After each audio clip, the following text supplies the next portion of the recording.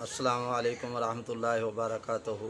तो मेरे प्यारे भाई और दोस्तों, आज मैं जो मौजू लेकर हाज़िर हुआ हूँ तो वो मौजू है मैदा की तमाम अमराज के लिए नुस्खा लेकर हाज़िर हुआ हूँ। उम्मीद है कि आप सब भाई खैरियत से होंगे। तो दोस्तों, ये नुस्खा आप पहले नोट फरमा लें। बाज़ हज़रात ने मुझे फ़ोन किया कि हकीम साहब, आप अपने वीडियो को लंबा करने के लिए नुस्खा एंड में बताते हैं। तो भाई, मैं आपको नुस्खा एंड में नहीं, मैं शुरू में ही बता रहा हूँ। आप नुस्खा सुने और नुस्खे को नोट फरमा लें। इसमें आपने सबसे पहले फिलफिल दराज जो लेनी है वो 2 तोला, दाना इलायची जो है आपने लेना है 2 तोला।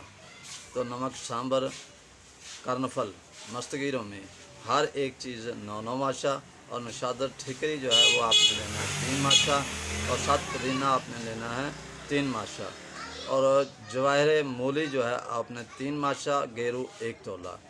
ये चीज़ें हैं जो अगर आपको समझ नहीं आया तो फिलफिल दराज 2 तोला, दाना इलायची 2 तोला, नमक, सांबर और जो है कर्नफल, मस्तगीर उम्मी हर एक 9-9 माशा, नशादर ठिकरी 3 माशा, 7 पुदीना 3 माशा, जवाहिर मूली 3 माशा, गेरू 1 तोला, तमाम का खूब बनाकर रख लें।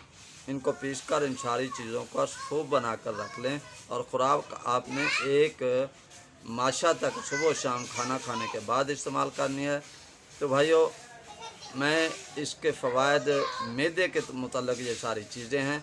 तो जिस मेरे भाई के मैदे में दर्द है, मैदा में कमज़ोरी है, ग़िज़ा हज़म नहीं होती, ग़िज़ा खाता है पेट में दर्द रहना, या मिसाल के तौर पे पेट फूल जाता है, पेट की कोई भी तकलीफ़ है, तो इंशाअल्लाह ये नुस्खा आप बना के रखें। ये पूरे की पूरे तमाम मैदे के जुमला अमराज के लिए ये दवाई काफ़ी है। इससे लक्कड़ पत्थर हज़म इंशाअल्लाह खाना खाने के बाद नीम गर्म पानी के साथ आप इसको इस्तेमाल करें।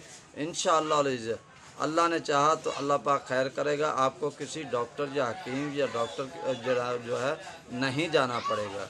तो भाइयों, ये ऐसी चीज़ है कमाल की, आप ये इस्तेमाल करें और इस्तेमाल करने के बाद मुझे भी दुआओं में याद रखें। तो भाइयों, जिन मेरे भाइयों को ये मेरी वीडियो पसंद आई हो तो वो मेरे चैनल इब्न शिफा को सब्सक्राइब भी कर दे, लाइक भी कर दे, शेयर भी कर दे, और साथ में बेल आइकॉन के बटन को भी दबा दे। तो भाइयों, इसके साथ ही मैं आप भाइयों से इजाज़त चाहूँगा। अल्लाह हाफिज़।